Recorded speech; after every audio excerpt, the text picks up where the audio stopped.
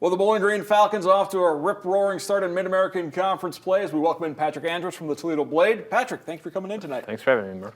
So they go to Akron and they get the victory. Now, there's certainly a lot of football to be played this season, a lot of football to be played this month. It might be a bit of hyperbole, but this could be a defining win for the Scott Loeffler era as well as for this team of Falcons. This was a win Bowling Green sorely needed.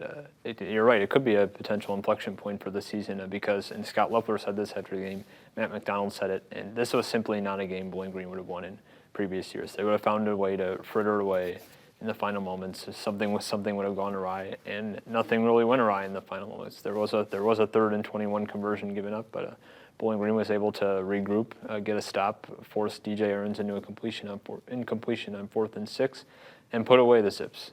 As you wrote Saturday night, this was a back-and-forth game where there wasn't really back and forth in terms of the score total because Bowling Green kept that lead the entire time, but Akron kept on coming back and making it a one-score game.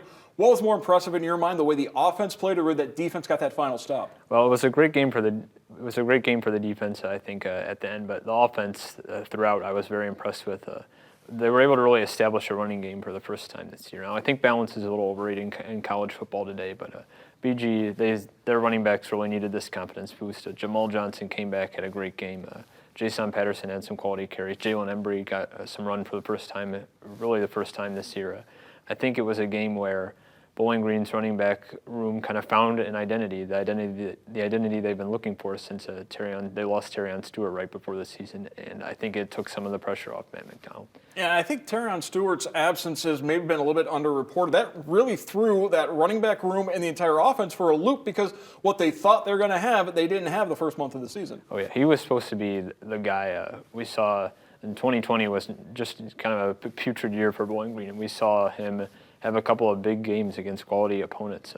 But last year he struggled with some injuries. This year, taking a year off, I think that Bowling Green they really had to adjust on the fly. And remember, this news came out 6 days before the start of the season. It wasn't something they really had time to prepare for, like other personnel changes. But it's been a slow process.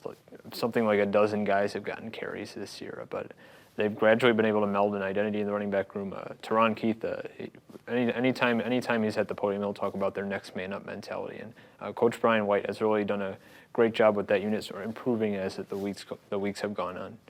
Buffalo's the opponent this week as the Bulls come to Wood County.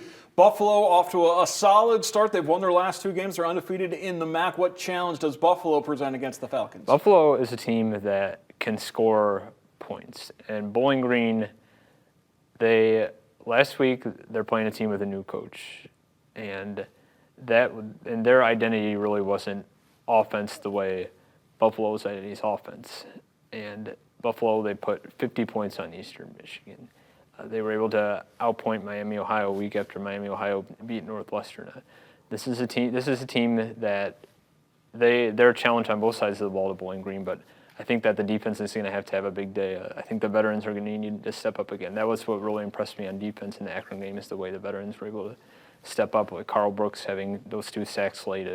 Jalen Burton, he's a sophomore, but he got a pick 6. J.B. Brown, another fumble recovery. He's in the top 5 in the nation in fumble recoveries. And I think that if they want to slow Buffalo down and they have the opportunity to do so and get this huge win that will deal them into the division race, I think the defensive veterans are going to have to be a huge part of that. We're in a win-now society. No greater example of that than college football. You look at what happened to Wisconsin this past week. But what we're seeing with Bowling Green is the trials and tribulations of the last couple of years finally paying off. Because you just said veteran, which the last couple of years when you said veteran against Bowling Green, they didn't have veterans. Now they do, and it's paying off. They were so young in the past few years, and now they're still pretty young in the grand scheme of things. But now they have a senior at the quarterback position. They have senior leaders on the defensive line. They have upperclassmen in all the areas where you need upperclassmen. They have, all of a sudden, because of the transfer portal, over the offseason, they were able to basically import a veteran wide receiver room, and guys like C.J. Lewis, Odu Hilaire.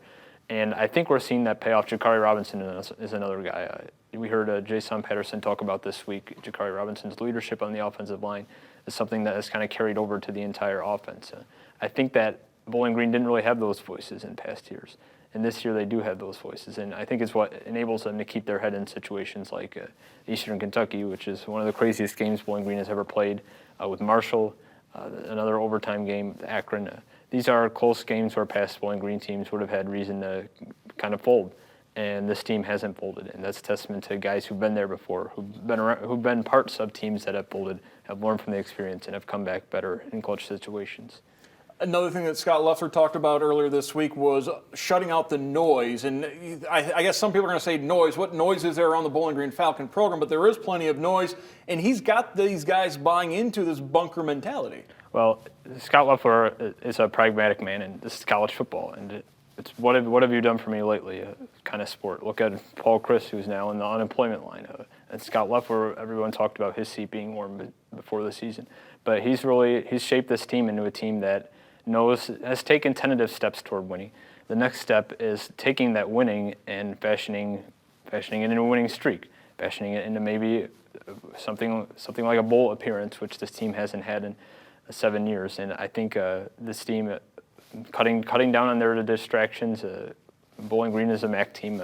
They're not under the microscope the way Ohio State is, but I think if this team really buckles down and avoids some of the mistakes, they did make mistakes against Akron last week. If they avoid some of those mistakes, they'll be in good shape against Buffalo. Do you think they're going to slide in under the radar against Buffalo? Are the Bulls preparing for this game like it's the BG of old, where we're kind of familiar with this is a new Falcon team? No, I think Mo Linguist, he's a cerebral coach. I think Buffalo will be ready, and this game it's pretty much a toss-up. But I think that Bowling Green will surprise some people in a game like this.